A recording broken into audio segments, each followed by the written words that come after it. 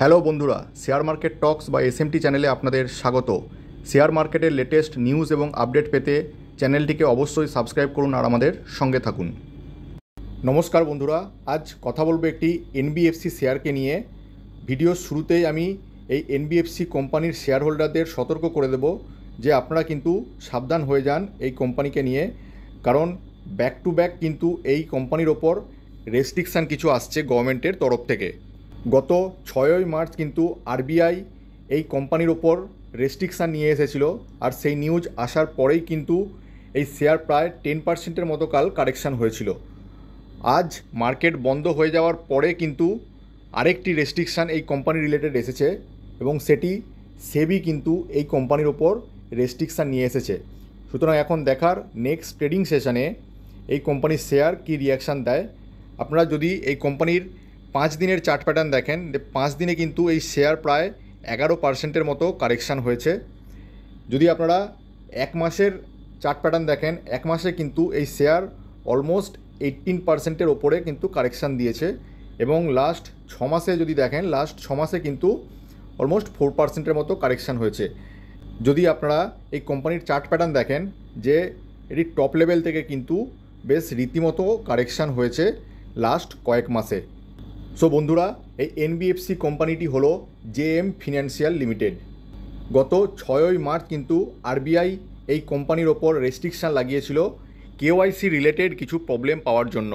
আপনারা জানেন বন্ধুরা, কয়েকদিন আগে ভিডিওতে আমি জানিয়েছিলাম যে আরবিআই কিন্তু পেটিএমের কেওয়াইসি রিলেটেড প্রবলেম ধরার পর থেকেই আরও কিছু এনবিএফসির কিন্তু আরবিআইয়ের নজরে ছিল, এবং তাদের বিভিন্ন ডিটেলস কিন্তু আরবিআই খতিয়ে দেখছিল, এবং অবশেষে কিন্তু আরবিআই জেএম ফিনান্সিয়ালকে খুঁজে পেয়েছে যে কেওয়াইসি রিলেটেড তারা কিন্তু ডেটা লিক করছে তাদের যে গ্রুপ অফ কোম্পানিজ আছে তাদের সঙ্গে, এবং সেই জন্যই আরবিআই কিন্তু জেএম ফিনান্সিয়ালকে ব্যান করেছে কিছু বিজনেসের ওপরে।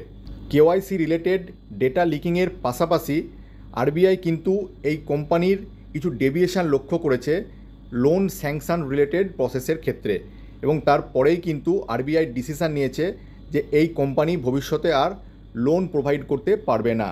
সুতরাং কোম্পানির যে মেন বিজনেস ছিল লোন প্রোভাইড করা, আরবিআই কিন্তু সেই মেন বিজনেসেই রেস্ট্রিকশান নিয়ে এসেছে, এবং তার জন্যই কিন্তু এই নিউজ সামনে আসার পরেই এই শেয়ার প্রায় 10%-এর ওপরে কারেকশান হয়েছিল 6 তারিখে, এবং তারপরেই 7 তারিখে মার্কেট বন্ধ হয়ে যাওয়ার পর প্রায় 7টা নাগাদ কিন্তু আরেকটি নিউজ আমাদের সামনে আসে যে আরবিআইয়ের পাশাপাশি সেবিও কিন্তু জেএম ফিনান্সিয়ালকে রেস্ট্রিকশান করেছে যে লিড ম্যানেজার, যে পাবলিক ডেব্ট ইস্যুতে লিড ম্যানেজারের কাজ করতো জেএম ফিনান্সিয়াল, সেই বিজনেসে কিন্তু সেবি একে রেস্ট্রিকশান দিয়েছে।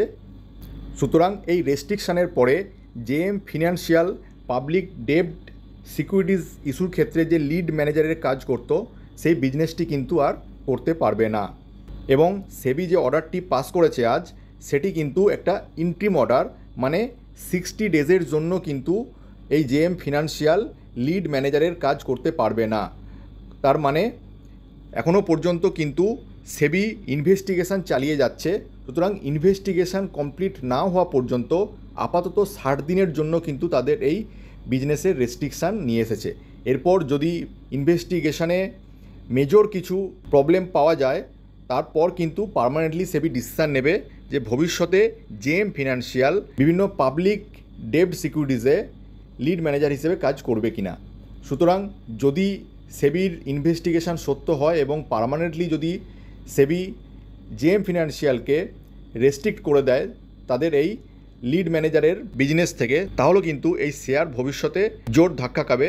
কারণ আপনারা জানেন যে ব্যাক টু ব্যাক দুটো বড় বড় রেস্ট্রিকশান যদি চলে আসে এই এনবিএফসি ফার্মের ওপরে, তাহলে এদের যে বিজনেস মডেল আছে, যেখান থেকে এই কোম্পানির রেভিনিউ আসে, সেই দুটো বিজনেস যদি বন্ধ হয় তাহলে কোম্পানি কিন্তু টিকে থাকাই দুষ্কর হয়ে যাবে। সুতরাং শেয়ার হোল্ডাররা সতর্ক হয়ে যান, যদি রেস্ট্রিকশান চলে আসে তাহলে কিন্তু শেয়ারে ভয়ঙ্কর ডাউনফল আমরা দেখতে পাবো। তো বন্ধুরা, এই ছিল আজকের আপডেট।